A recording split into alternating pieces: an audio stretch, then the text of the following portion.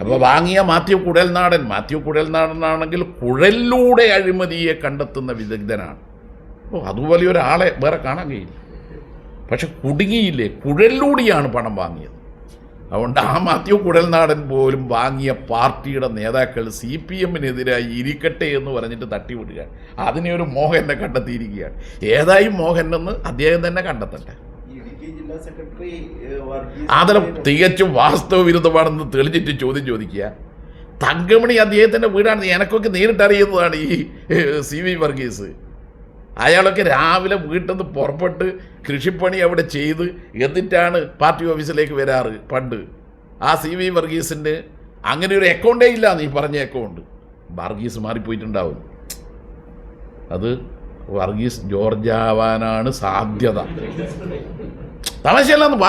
CV വർഗീസിനെ അറിയുന്ന ഈ മണിയാശാൻ്റെ അതേ രീതിയിൽ രാഷ്ട്രീയ പ്രവർത്തകർ പ്രകാശ ഭാഷയിലുണ്ട്. ഞങ്ങൾ ഒരുമിച്ച് പ്രവർത്തിക്കുന്ന സമയത്ത് കേട്ടാ. അപ്പോൾ ആ വർഗീസിനെ പറ്റി പറയുന്നത് സുരേന്ദ്രനുമുണ്ട്. അപ്പോൾ വർഗീസിനെ പറ്റി പറഞ്ഞാൽ നാട്ടുകാർ വിശ്വസിക്കില്ല. അതുകൊണ്ടാണ് അതിൻ്റെ എല്ലാ ബാങ്കിൽ പോയല്ലോ, അതറിഞ്ഞിട്ടില്ലേ? കോൺഗ്രസ്സുകാർ ബാങ്കിൽ പോയി, സെക്രട്ടറി എല്ലാ അക്കൗണ്ടും പരിശോധിച്ചു നോക്കി. CV വർഗീസ് ഇന്ന അഡ്രസ്സുകാരന് ഇവിടെ അക്കൗണ്ട് ചെയ്യില്ല, തീർന്നില്ല. അതുകൊണ്ട് ഇനി മനോജ് വേറെ ആളോട് ചോദിക്കണ്ട.